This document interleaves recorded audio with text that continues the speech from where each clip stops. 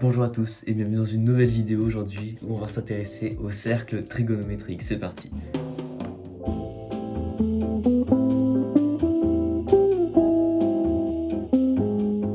Alors oui, petit changement de décor. On est actuellement en travaux autre part, du coup on s'est installé, voilà, on essaie de réutiliser un peu l'espace, mais c'est pas grave. Aujourd'hui on va s'intéresser au cercle trigonométrique ainsi que au positionnement des angles modulo 2π sur la droite des réels.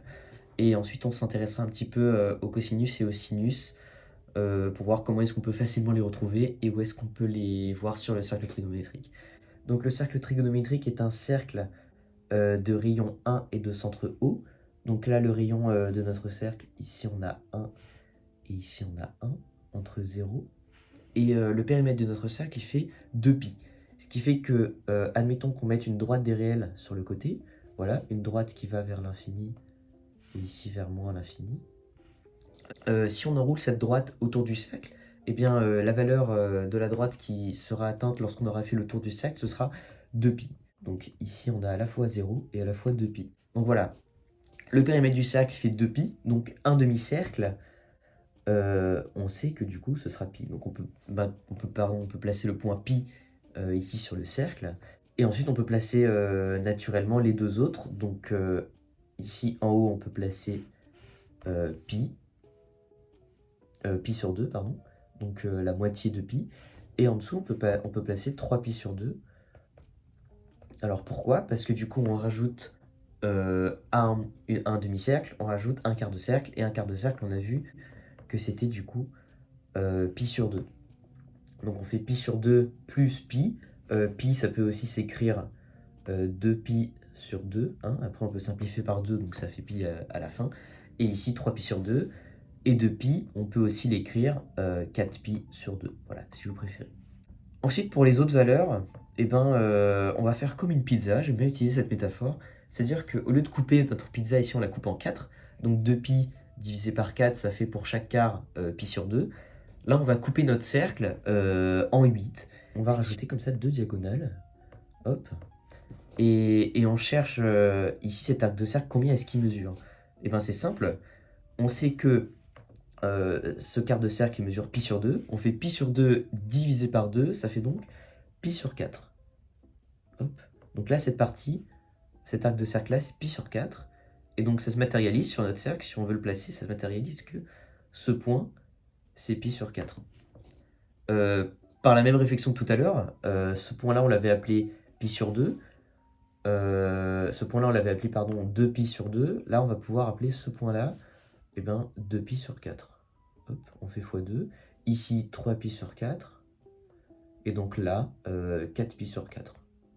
Voilà, c'est juste pour les différentes manières dont on peut appeler les points sur notre cercle, euh, pour que vous puissiez visualiser et vous rappeler que donc les deux valeurs les plus importantes ici, ça va être 3pi sur 4 et pi sur 4, pour savoir les placer.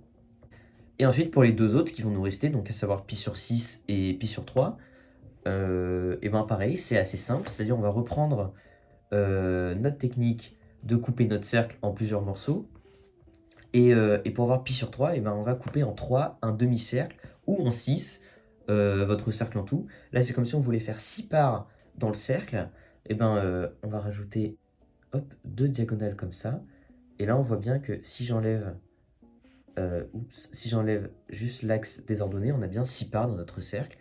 Et donc, on sait qu'on pourra placer ici pi sur 3. Excusez-moi pour mes pi. Hop, pi sur 3. Si on rajoute pi sur 3, bah, du coup ça fait 2pi sur 3. Hop. Ici 3pi sur 3. Hein. Vous commencez à comprendre que à chaque fois 3pi sur 3, 2pi sur 2, 4pi sur 4, ça fait pi à chaque fois. C'est pour ça qu'on ne laisse que pi. Et ensuite, voilà, bon, les valeurs d'en dessous, on verra après, mais c'est la même chose en négative. Et pour notre dernière valeur, pi sur 6, et ben, de la même manière, on va venir couper en deux nos parties d'avant. Pi sur 3, c'est un tiers du demi-cercle. Si on veut un sixième, et ben, il nous revient de couper de moitié. Donc on vient couper de moitié comme ça, chacune de nos parties de 3. Et on vient placer du coup, voilà, pi sur 6 ici.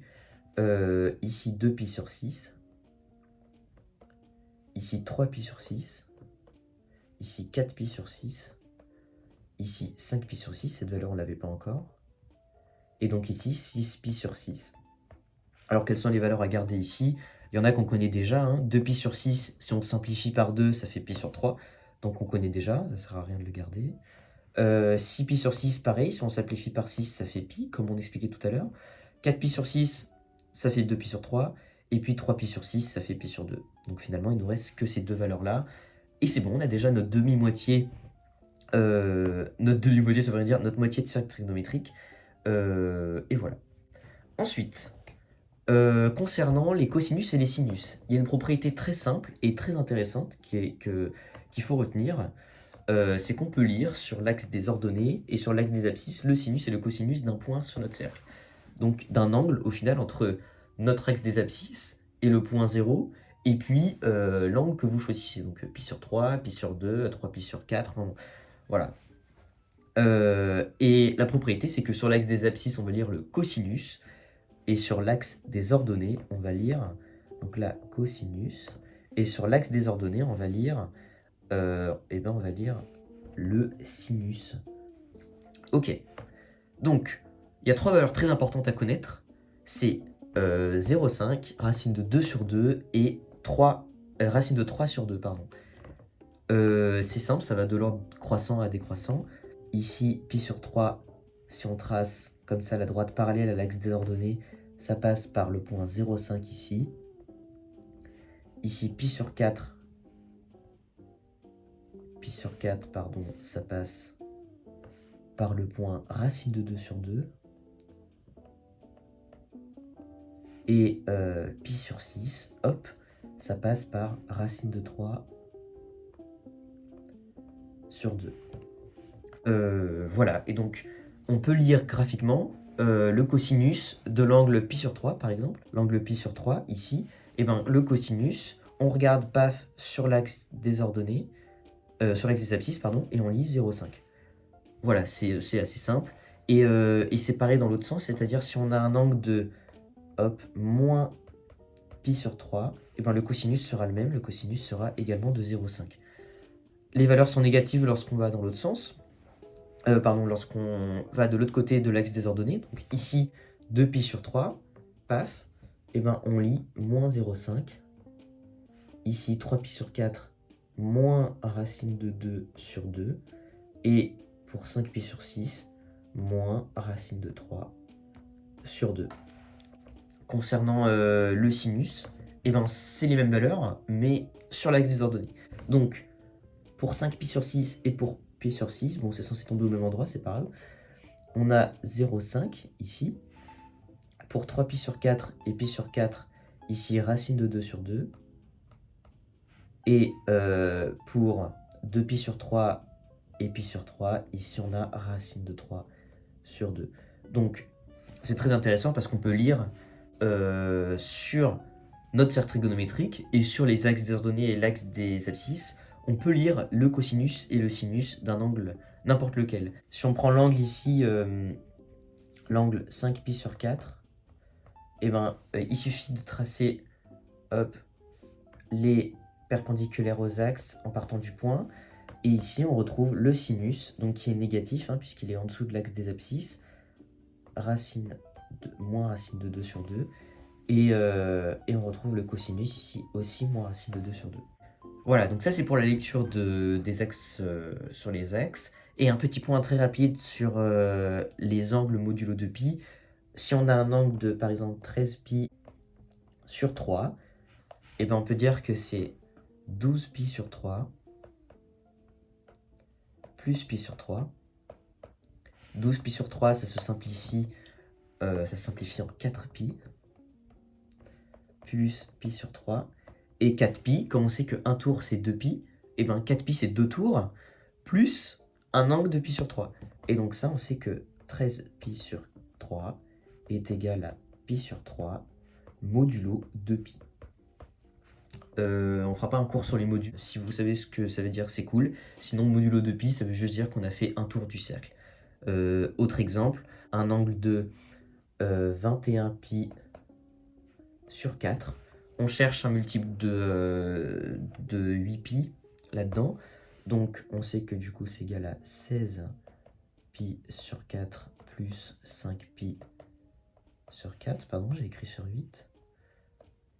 16 pi sur 4, c'est égal à 4 pi, plus 5 pi sur 4. 4 pi, c'est 2 tours. Et du coup, 21 pi sur 4 égale 5 pi sur 4 modulo 2 pi. Voilà, ça c'est très intéressant à faire. Dites-moi dans les commentaires si ça a été. Et sinon, on refera une nouvelle vidéo là-dessus. C'est une notion un petit peu compliquée si vous n'avez pas vu le module. Sinon, c'est très intéressant à traiter comme question.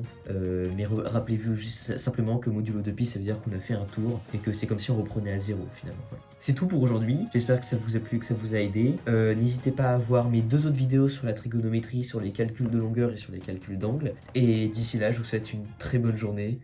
À bientôt.